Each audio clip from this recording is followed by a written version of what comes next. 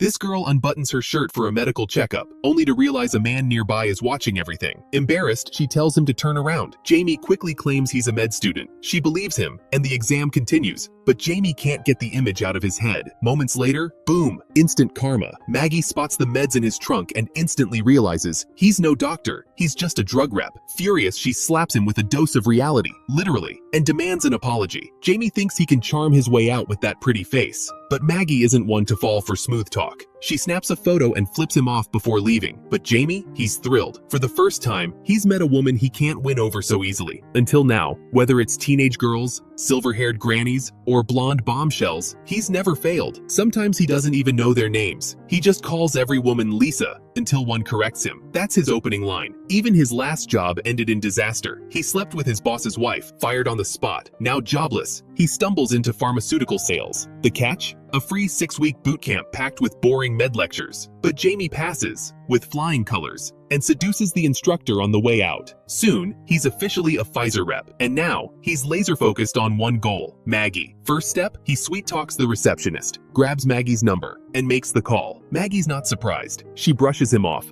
uninterested. Jamie apologizes for lying, then flips and calls her stunning. He pours on the charm, and Maggie agrees to meet. She knows this guy's like gum stuck to your shoe. Only a direct rejection might shake him off. At the cafe, Jamie's prepared. He's rehearsed dozens of pickup lines, but one look into her eyes, and he blanks out. Maggie jokes that his tricks are weak, but her trembling hands betray her cool exterior. Jamie spots the subtle tremor. It's classic Parkinson's, and now he knows. She's hiding more than she admits. Before he can say anything, Maggie drops a bomb. If we're thinking the same thing, why waste time? Her boldness stuns Jamie. From then on, Maggie's the one chasing, inviting him over, showing up late at night, even pulling him into hospital closets during work hours. Jamie's caught off guard. He starts bringing food, planning little dates, enjoying their stolen moments. But just as he's ready to take things further, Maggie draws a line. We can sleep together, but don't fall in love. Turns out, Maggie's been hurt before. Past boyfriends bailed when they found out about her condition. She doesn't want love, just dignity.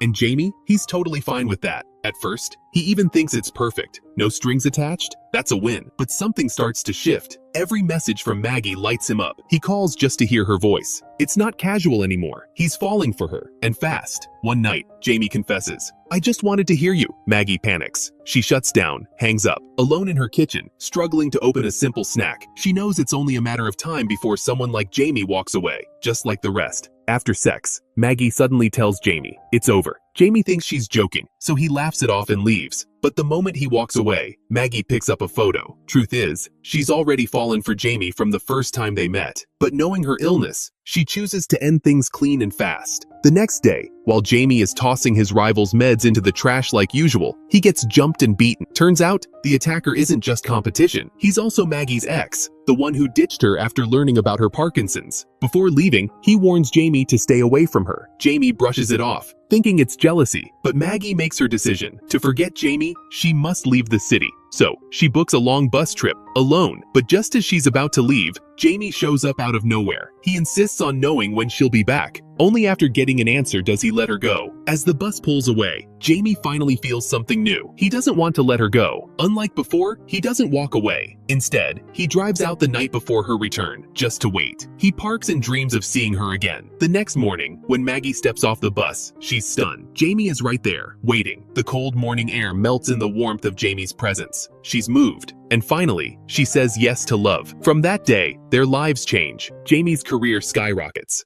He goes from nobody to the company's top sales rep. Everyone wants to buy from him, and love seems to be his secret weapon. Soon, they're cruising around in a brand new Porsche. They laugh in the sun, share every moment. Maggie, obsessed with photography, captures it all. Even Jamie gets into it. Their photos cover the entire table, and one of Maggie's pieces even makes it into a gallery. But one quiet night, everything shifts. While Jamie boasts about work to his family, Maggie sees right through him. He just wants to feel seen. She challenges him. Name 4 things he likes about himself. Jamie hesitates. He's never felt truly valued, but Maggie tells him he's smart, handsome, talented, determined. Her words make him feel proud, for once. Work brings endless parties and tempting women, but Jamie isn't the same man anymore. Now, he always rushes home. If Maggie's asleep, he tiptoes in just to avoid waking her. One night, after barely speaking, Jamie suddenly struggles to breathe. His chest tightens. He gasps, and finally forces out 3 words, "I love you," not because he's scared, but because he's never said it to anyone before. Even with all his flings, this is different. This is real. But just as happiness starts to feel permanent, Maggie's condition gets worse. She can't hold scissors. She struggles to open a pill bottle. Even pouring a drink becomes a mess. Jamie sees it all, and he's scared. But Maggie can't stand Jamie bringing up her illness. She lashes out again and again, saying the harshest things just to push him away. After a barrage of cruel words, Jamie finally loses it and storms out. But when he hears her heart-wrenching scream, he freezes. In that moment, he finally understands her pain and fear. He swears to himself he won't let her face this disease alone. That night, despite all the chaos, their hearts grow closer. A few days later, they drive across cities to attend a Parkinson's support. The room is filled with elderly patients, making young, radiant Maggie stand out. Yet despite the severity of their conditions, these people remain upbeat, even turning their pain into punchlines. Their humor hides strength, and Maggie, for the first time, feels a new kind of hope. She decides to stop wallowing and live every day to the fullest. But just when Maggie starts embracing life, Jamie's resolve begins to crack. While waiting for her outside the group, he talks to a caregiver whose wife has advanced Parkinson's. Hoping for advice, he gets a brutal warning instead. Leave now. Run. Find someone healthy. Because what's coming, rigid limbs, dementia, diapers, is a slow-motion tragedy. Jamie is shaken to the core. He never imagined it could get this bad. Meanwhile, Maggie looks reborn, confident and thankful Jamie hasn't left her. But the more she leans on him, the heavier his heart feels. So when she looks at him and says, "I love you," his smile fades into something bitter. He's trapped. Unable to leave but afraid to stay, Jamie takes a third path. He dives into Parkinson's research, asks every doctor he knows, desperate for a cure. Even when told there isn't one, he refuses to give up. He collects contacts, books appointments, and takes Maggie on a grueling quest across cities in search of miracles. But reality hits hard. Every new visit ends in disappointment. Jamie maxes out his credit cards. Their hotel rooms get worse by the day, and when one long-awaited consultation is suddenly delayed 2 weeks, Jamie snaps, yelling at nurses, breaking down. Seeing this, Maggie realizes it's time to stop. She can't keep wasting what little independence she has chasing false hope. Her time is limited, and she wants it to count. Worse, she knows Jamie is doing all this for himself, trying to prove he can fix her, but she won't let his life spiral for a love that may only end in tragedy. Jamie's career is taking off. He has a shot at real success. So she makes the hardest choice. She lets him go. In a silent snowstorm, love loses to reality. Illness crushes dreams. And 2 people who once shared everything now part ways under falling snow. Afterward, Maggie hides away to cry in secret. She buries the past, though it still aches.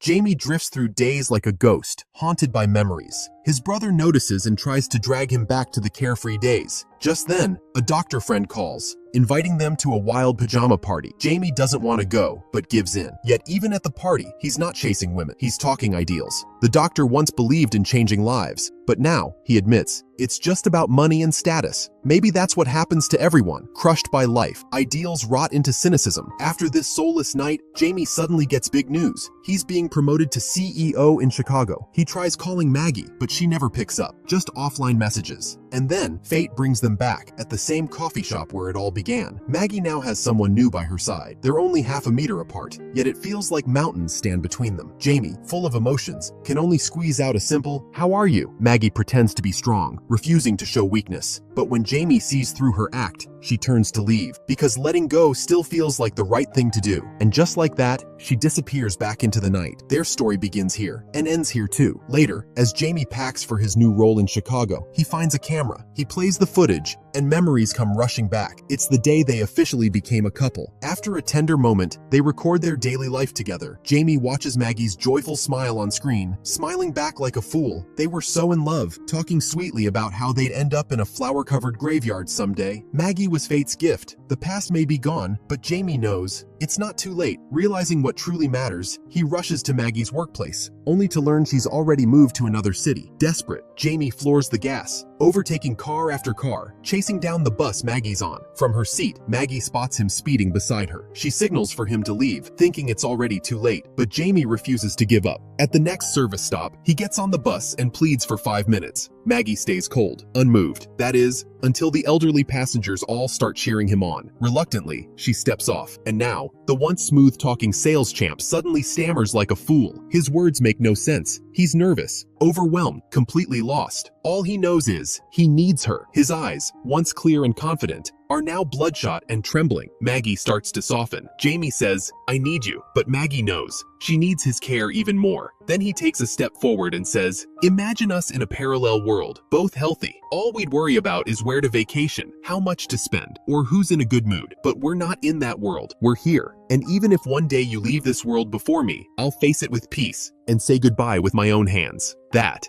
is his most honest and heartfelt confession. Maggie has no reason to hold back anymore. They fall into each other's arms. After that, Jamie gives up the Chicago job. Instead, he stays behind and applies to medical school. He doesn't know if it's the right decision, but he knows this kind of love, the kind that touches the soul, is once in a lifetime.